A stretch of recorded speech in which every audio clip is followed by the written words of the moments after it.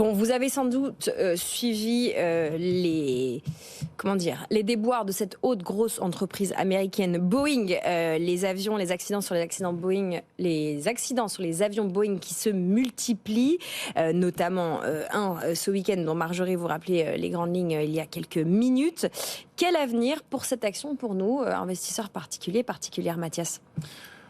Là, il y a un gros sujet quand même, c'est que Boeing n'est pas revenu sur ces niveaux d'avant la crise Covid. C'est-à-dire que Boeing, c'est une action qui était à un moment donné quand même à $450, qui aujourd'hui tourne autour des 250, qui a déjà perdu 5% depuis le début de l'année, et qui a un niveau clé à $220 qu'il faut absolument tenir pour pas déclencher une vague de baisse plus importante.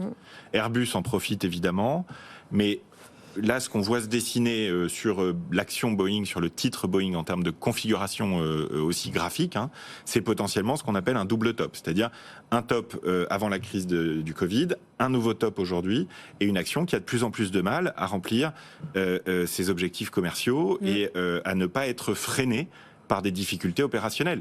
Il y a eu 2 gros accidents dramatiques 2018-2019. Il y a eu des gros retards de livraison sur le 787 aussi. Il n'y a pas que le 737 MAX qui est en difficulté.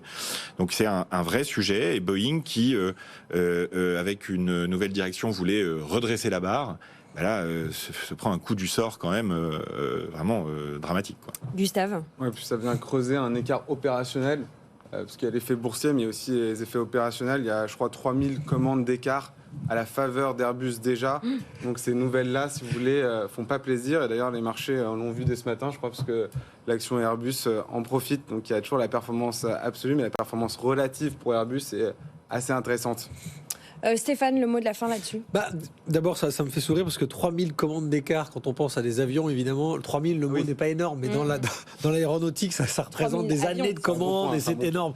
En fait, je vais pas les défendre parce qu'on est français, donc on va préférer Airbus forcément, on est obligé.